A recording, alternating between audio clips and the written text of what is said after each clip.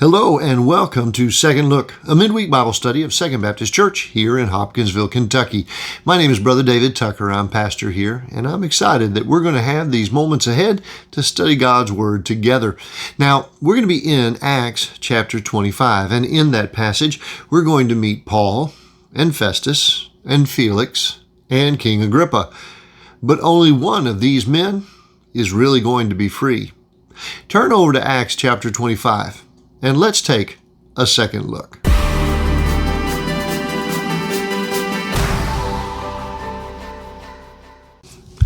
In Acts chapter 25, we are going to be talking about what it means to be free. When I was younger, I believed that I didn't want to get married because I didn't want to be tied down. You know, worrying about a wife and children and not being able to move or go and do whatever you want to, whenever you want to. And now, after all these years of having been married, having raised kids, and finding the joy that comes with family life, I can't imagine greater freedom than having been tied down to someone that I love and to be able to raise a family that I adore. So when we talk about what it means to be free, sometimes what we think is imprisoning or chaining actually is something that sets an individual free inside their own heart. The question is not whether or not you're tied down. The question is what you're tied down to. That is the question of whether or not you're free. So as we're looking at this passage over in Acts 25, you're going to meet Felix and then Festus and then Agrippa and Paul, the Jews. And each of these individuals, there's going to be something to which they are chained, to which they are imprisoned. And as we look at each of those things, I want you to think through whether or not this leads them to freedom. So in Acts chapter 25, what we find is there's a changing of the guard that's occurring. Paul is in prison. He is still being hunted for and not hunted for, but is being chased by and challenged by and accused by the Jews. Felix has placed him into a prison, so he's safe there in a sense, but the Jews still want at him. And now Felix is going to be moving on.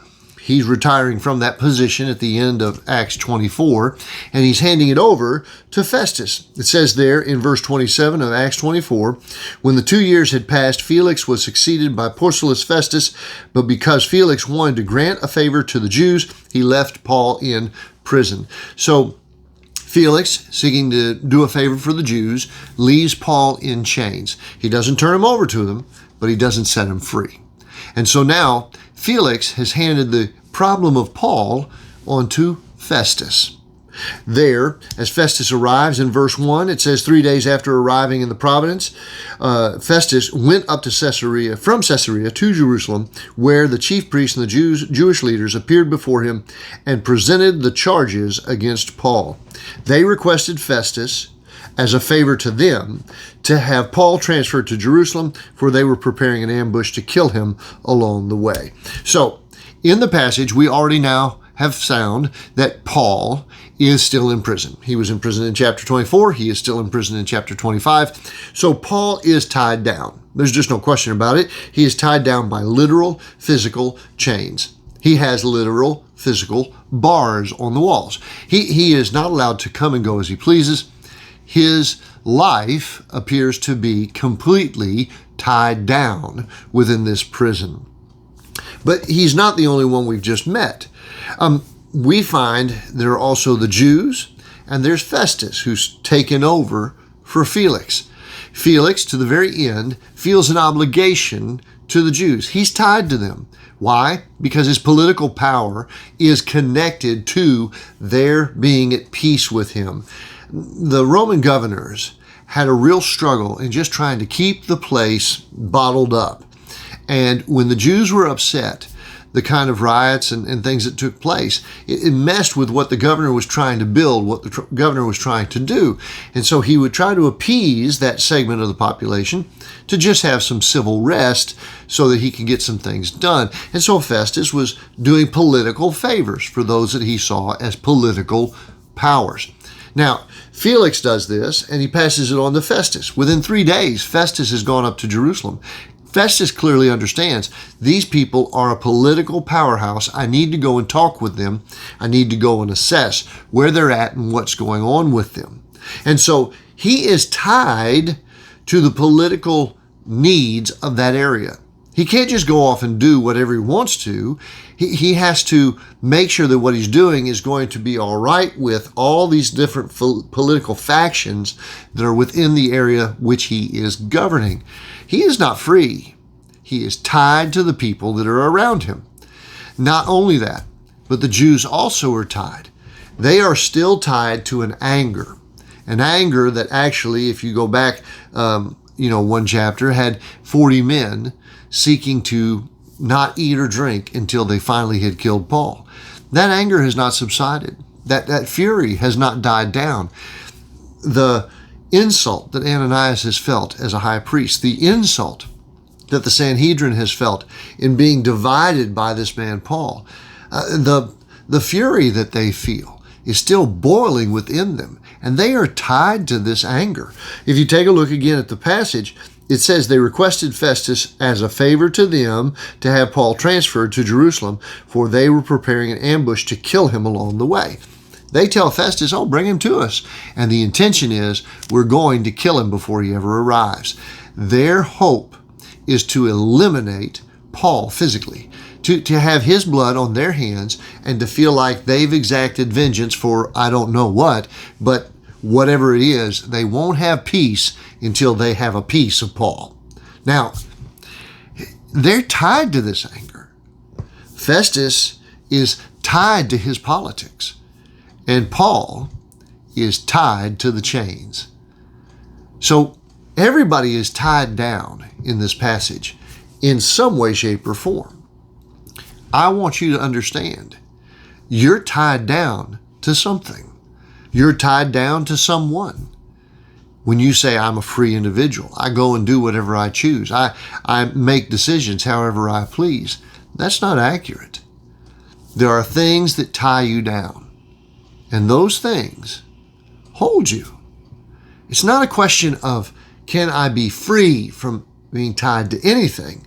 It's a question of, have I made the right choice to which I have anchored my life? Have I made the right choice in that which I have tied myself with obligations and promises?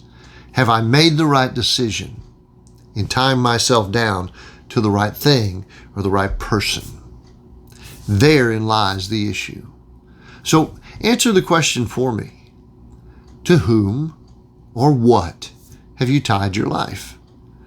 You say, well, I can't say there's just one thing necessarily. Okay. If you want to say, well, I'm tied to my job, I'm tied to my family, I'm tied to these different things, what is the one thing that is the strongest bond? What is the one thing that has the largest chain? What's the one thing that has the tightest hold? And I'll be honest with you, sometimes what we wish it was is not what it really is. You might want to say that you are bound to your spouse. You have a deep, deep and abiding love to that individual. But the truth is your marriage has been robbed of any of its joy out of, bitterness, grudge, or some particular fury that continues to plague you. And you're so tied to those things that you find no joy in being tied to that spouse. It might be that you have a job that you wanted to do when you were in college, and now it holds no joy. It's a job that you wanted to take on when you were young, and now you're just burnt out and done. And the problem is you've tied yourself to this career, but the career has no passion within it. Maybe it's because of a boss you have to work with or a coworker you have to endure. Maybe it's because of circumstances that are around you. But you've tied yourself to something that now feels hollow and empty. And what do? See, it's really important to know what we've tied our life to, because those things are either going to help us feel the freedom that God intends, or we're going to feel constrained and confined and unable to find that joy in the very thing that we're tied so closely to. So, here in this passage, again, we've met different individuals. We've met Paul, we've met Felix, who then gives over to Festus, and we've met the Jews, and we're going to meet King Agrippa. Each of them is tied to something. And the question is whether it's a good thing or a bad thing. Now, going on in the passage, we begin to learn a little more as we move forward. Festus is, as I said, tied to this population, and because of that, it's going to require of him certain things. We see there in verse 3 that he needs to go see the Jews because he's tied to their political clout.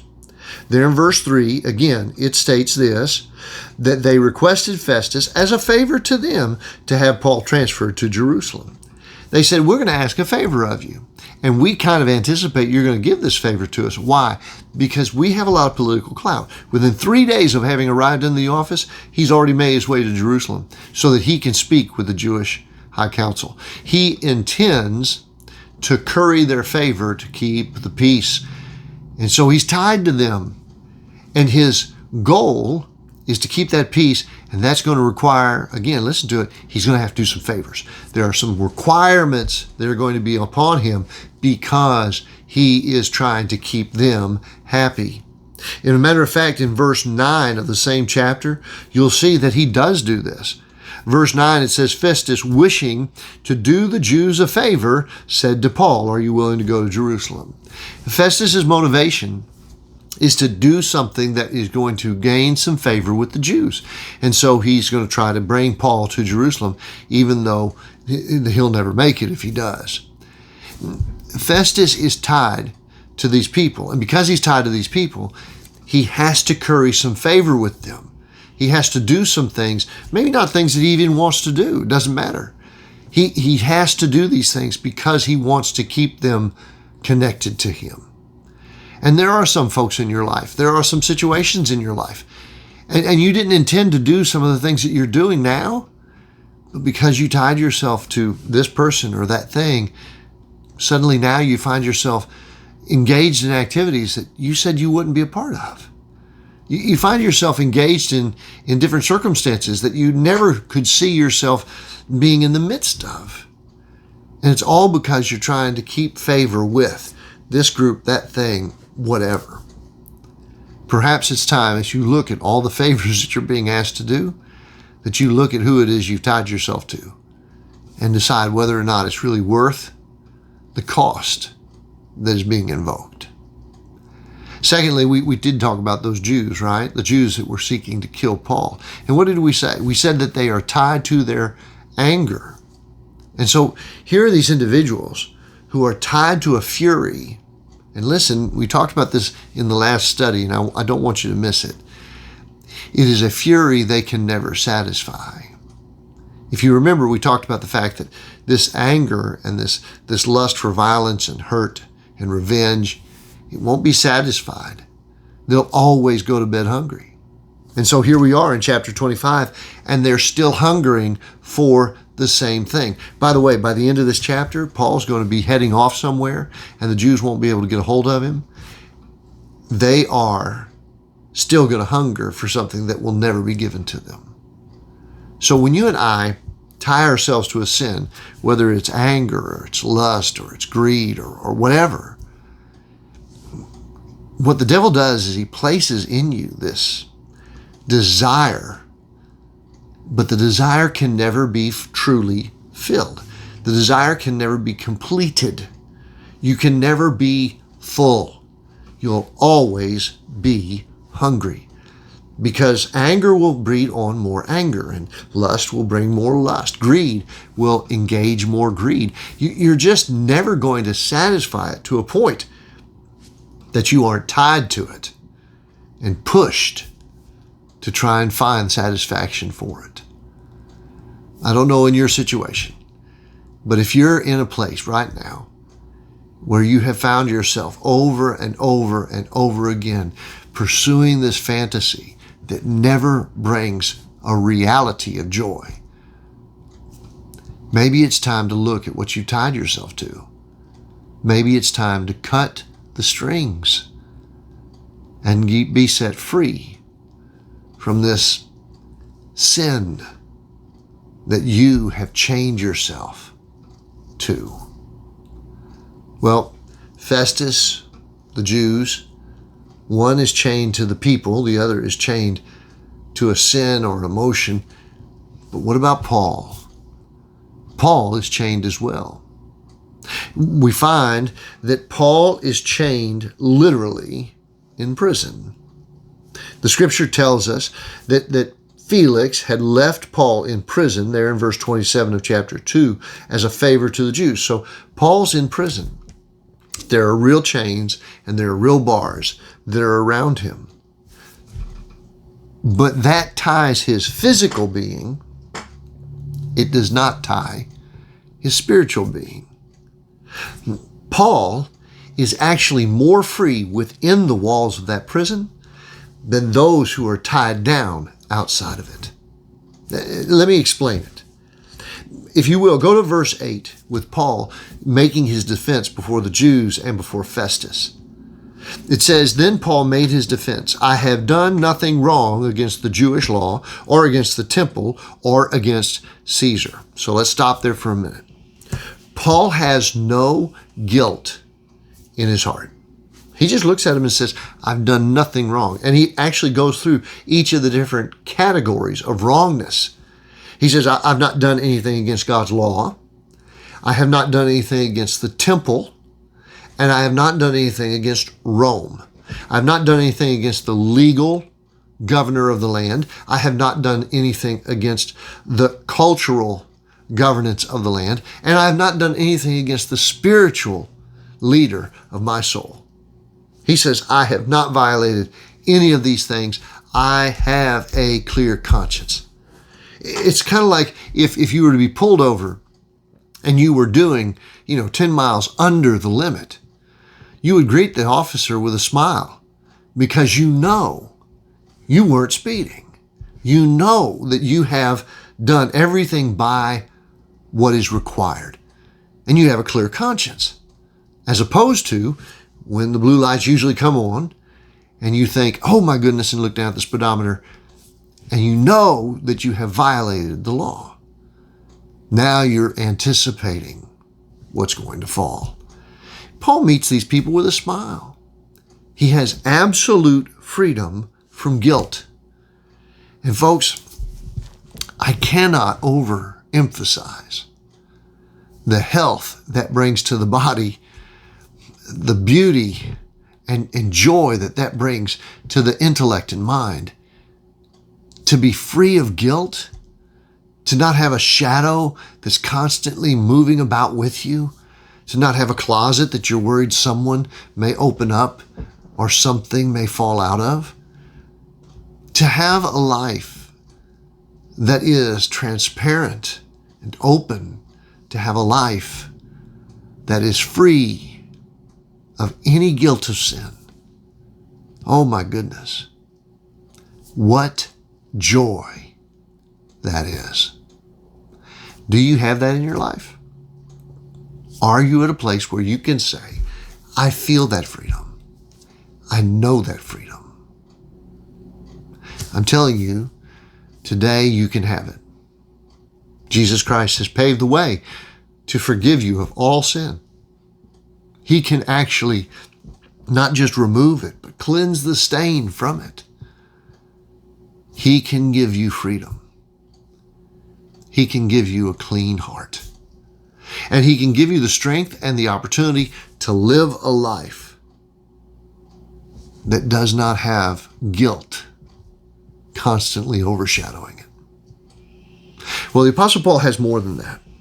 He has not just a freedom from guilt, but he has a freedom from the fear of death. If you will, take a look at verse 11.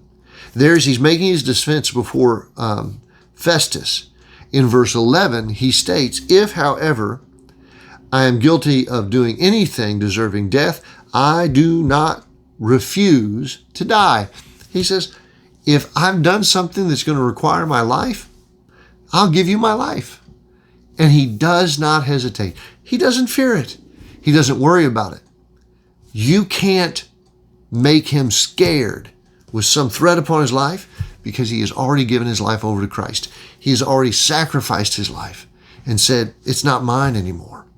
Over in Philippians, there's this beautiful passage where he states that for me to live is Christ and to die is gain. He says, I know where I am headed. And death is not something that I fear. It is something that I welcome. When you meet somebody like that, where death is not a fear, but is an open invitation, well, there's nothing you can do that can really scare them. Paul is completely free of the fear of death. He is free of guilt. He also is free of all obligations. Now, I'm not going to get into his stance on marriage and things like that from 1st and 2nd Corinthians. That will convolute what it is we're trying to discuss. But what I will say is there where Festus is tied to the Jews. He's tied to these political parties. He's tied to this population that he has to appease and constantly watch over. Paul doesn't have any of those obligations. Festus may be tied to the Jews, but Paul is not. He may be obligated to the Jews. Paul is not. Paul doesn't mind being able to say, I can do whatever I choose. I will go wherever I like. As a matter of fact, take a look at verse 11 and see the way that he actually places it. He says, if, however, I'm guilty of doing anything deserving death, I do not refuse to die. But if the charges brought against me by these Jews are not true, no one has a right to hand me over to them. I appeal to Caesar. He says, listen, you can't give me to the Jews because I won't let you. You can't do a favor for the Jews using me as a pawn. I'm not going to allow for it. I owe them nothing. I am not tied to them in anything. There is nothing that requires me to do what you're asking. You may have obligation to them. You may be tied to them, but I'm not. And therefore I won't go along. You know, it is amazing how much we talk about the idea of peer pressure, and it's never been more true than it is today. In a culture where peer pressure is changing speech process and changing ethics and changing laws, even changing out who's in charge of what companies. The peer pressure of social media is just overwhelming. And we say, well, my goodness, I have to do this, and I'm required to do that, and I'm forced to do this, when it may not be right with my conscience. Well, Paul says, I'm not obligated to that. He's cut his ties with all of those things. He's cut his ties with trying to please people, and he has simply tied himself, hear it clearly, to God. By tying himself to Christ, he is able to go to bed at night free of guilt. By tying himself to Christ, he's able to go to bed at night free of the fear of death. By tying himself to Christ, he is going to bed at night without worrying about this group or that group or what people think of him here or talk about him there. He has released himself from all those ties by chaining himself to God. He has physical chains. He has physical bars that are around him, but he is so free inside of his heart and inside of his mind because he's not tied to guilt or fear or others. Paul has no ties that hold him outside of the chains and the bars around which he sits.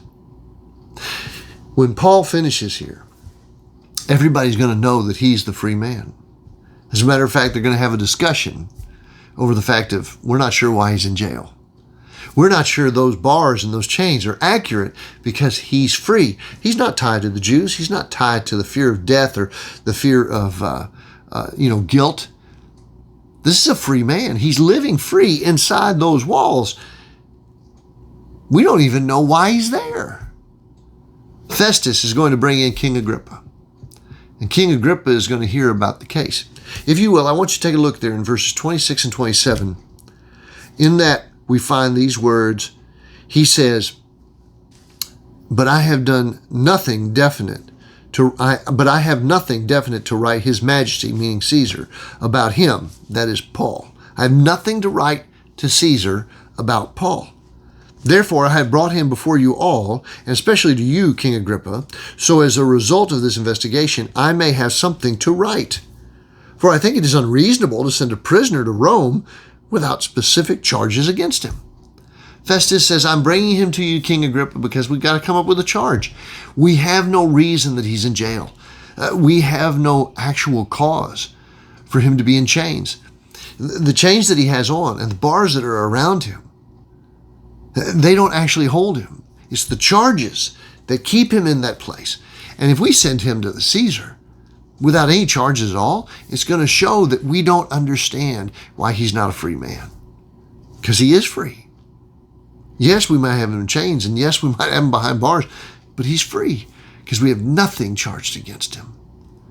There is no guilt. There is no fear. There are no politics that hold him. We don't know what to write about him because he has tied himself to God and God alone. Well, friend, in our world today, we have to choose to whom or what we're going to tie our life. And I'm telling you, if you tie your life to a group of friends or a political party, if you tie your life to a career path or an education path, if you tie your life solely and wholly to anything within this world, it will eventually tie you down to a point of misery. It'll choke the life out of you. But if you will tie yourself to God, if you will give yourself freely and wholly, completely to God, what you will find is a freedom in Him. A freedom in Him not to fear if the job goes south, not to fear if the education path doesn't work out, not to fear if the political party twists or turns or shifts. We don't worry and we don't fret because the God that we serve is unchanging. His love is never ending. We have a God to whom we've tied ourselves who cannot fail. And because we're tied to Him, we are free from all other things. I hope and pray today that you have bound yourself to God, that you have surrendered your life to the Savior, Jesus Christ. Not simply joined a church and been baptized, not simply gone through the motions of some ritual or religion, but if you come to a place where you have surrendered your heart, your soul to the Savior who died for you. If not, I pray in these moments you would make that decision and that you would surrender yourself to His hands. Well, if it's a decision that you make to receive Christ, to surrender to Christ, to tie your life to Christ, would you let me know about it so that I can pray for you and encourage you as you take these steps of faith? And if you already are a Christian, but you feel like this has led you to a new choice of commitment, or maybe you need to sever ties in some areas and you just want to be able to have somebody praying for you, would you give me a connection point, a shout? You can do it through the comments on Facebook, or you can do it through the comments on YouTube. You can also email me through the contacts line that you're about to see. But whatever the case may be, if you've made a decision, let me know so that I can encourage and be praying for you. I love to read the comments underneath the videos. I love to receive phone calls and emails from those who have made decisions to surrender to Him. So tonight, let's be free and let's tie ourselves to the God who can give that freedom. I hope you have a wonderful, wonderful week. And I'll look forward to seeing you again next time right here at Second Baptist Church.